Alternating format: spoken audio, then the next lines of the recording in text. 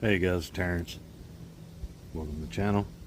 Let's talk basketball. Indiana Fever, Phoenix Mercury tonight. Um, don't get caught up too much in the, what's been said, what's been going around as far as, Kelsey Mitchell, Caitlin Clark, anything else for that matter. Right. Because it still does take 5 players to win a ball game. That said, this game tonight will be the ultimate test for Stephanie White and her staff to let us know if they can coach. We know they got a team, an all-star team. They're loaded, top to bottom. You just happen to be loaded, and you have a superstar that can't play right now, but she'll be back. But just to give everybody else, I guess, a quick idea and rundown on, the way Phoenix likes to play. And, of course, when I say all these things, for what does make sense to you, just so I don't run the damn video too long, is it's everything that Stephanie White and her staff tries to do offensively. What Phoenix does defensively is everything. There again, if they're executing, is everything that would shut us down completely without Caitlin Clark. So there again, I'm not a gambler myself, but don't take what I say and go make a bet with it, right? But all right, the Phoenix offense. I'll start with their offense. Is predicated in they run what they call a positionless offense, right? Some of the stuff you have to Google if I'm gonna get to it quick. But with their emphasis being on trying to get up between 35 and 43 point shots per game. Keep in mind, trying to put up 35, 43 pointers a game, and on the season they average almost 40%. That's a lot. 40% as a team, 35 to 40 attempts. God, if they had the game of their lives and made more than 43% or something, you wouldn't have a chance. I don't know how many teams would, but there again, that's it. The other portion, or a big portion, you have their points. They try to get off course of fast break points, and averaging around 9 or so fast break points per game. Without Caitlin Clark, we're averaging all of 3 point something fast break points per game. So let's just say none. we don't get it. We don't get any fast break points. I know. Yes, I'm a Fever fan, Caitlin Clark fan. I hope that they have a chance, obviously, in the game, with or without CC. But it doesn't look good, for lack of better words, at least from where I'm sitting. Now that's in the middle of nowhere, but that's not the point. Defensively, they like to run.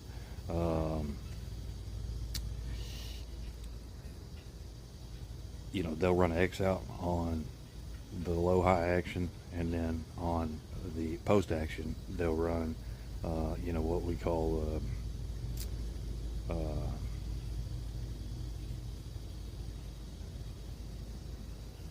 trap the box type defense. All right, and that kills your dribble penetration, and their transitions from trapping the box to the X out are seamless for the most part.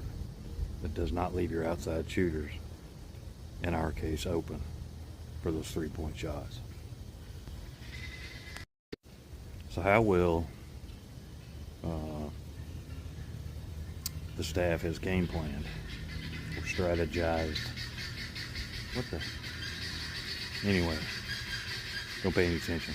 Like I said, it's just animation and video effects, but apparently the videographer here has turned that noise up a little bit too loud. All right, I'll just give you some numbers, right, that I jotted down real quick. But yeah, how the coaching staff has strategized, game plan with the film that they've watched, of course, of the Phoenix Mercury is will let us know everything that we need to know about what the songs say. Should I stay or should I go now? That'll let us know, and should let her know too. I think she probably has a good idea already, but nonetheless, right, with Caitlin Clark, we average 12.5-ish fast break points per game. Without her, almost none. Like 2.8. I'm embarrassed to say that, but it's, I guess the numbers don't lie or whatever people say.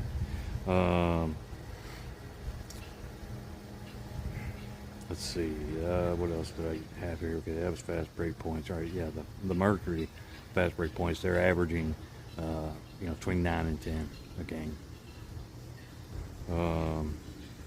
We average around 15.5 turnovers per game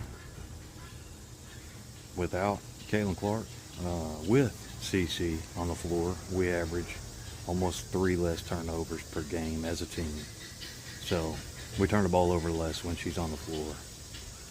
I know it's funny how the stats actually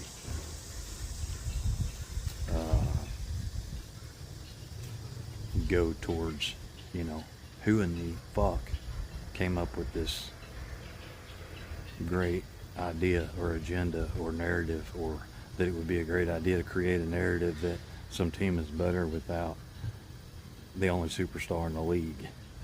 You know what I mean? It's like, come on, man. The fans, the other players, they're not stupid. Whatever. I ain't watching y'all no more. I told you, I get dumber. I can't watch them. I'm not even mentioning their names. They don't been mentioned on my damn channel. Whatever. I don't care how much they make. That's between them and Disney, I guess. If I was Disney, I'd cut their ass off. But trash guys are running, so that'd be a little noisy. So I just have one more number. Let's see here.